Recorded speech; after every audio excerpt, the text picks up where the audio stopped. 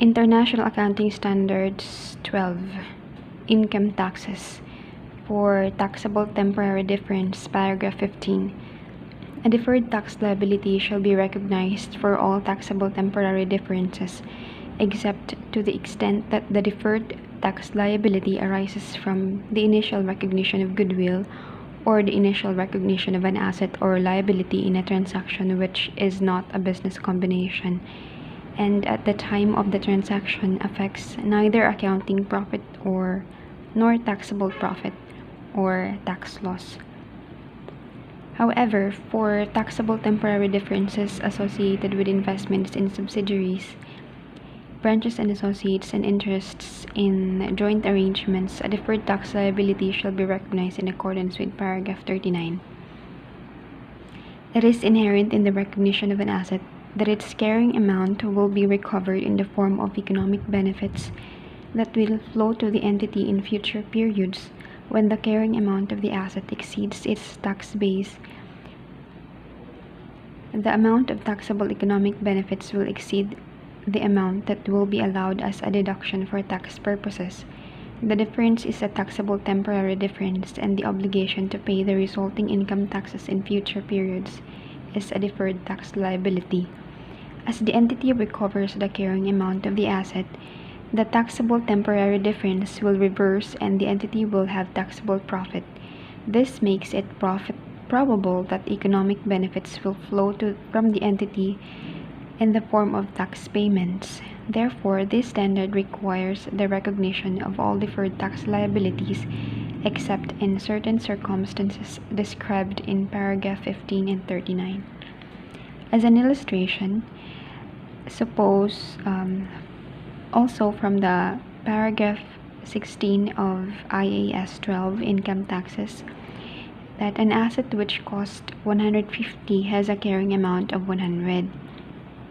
Cumulative depreciation for tax purposes is 90 and the tax rate is 25%. So the tax base for this for the asset is 60, which comes from the cost of 150 less the cumulative tax depreciation of 90.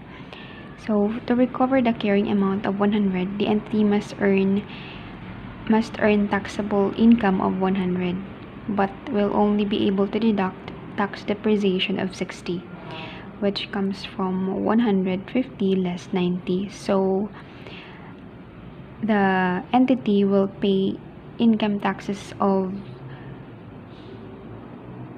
10, which comes from 40 times 25% tax rate when it recovers the carrying amount of the asset.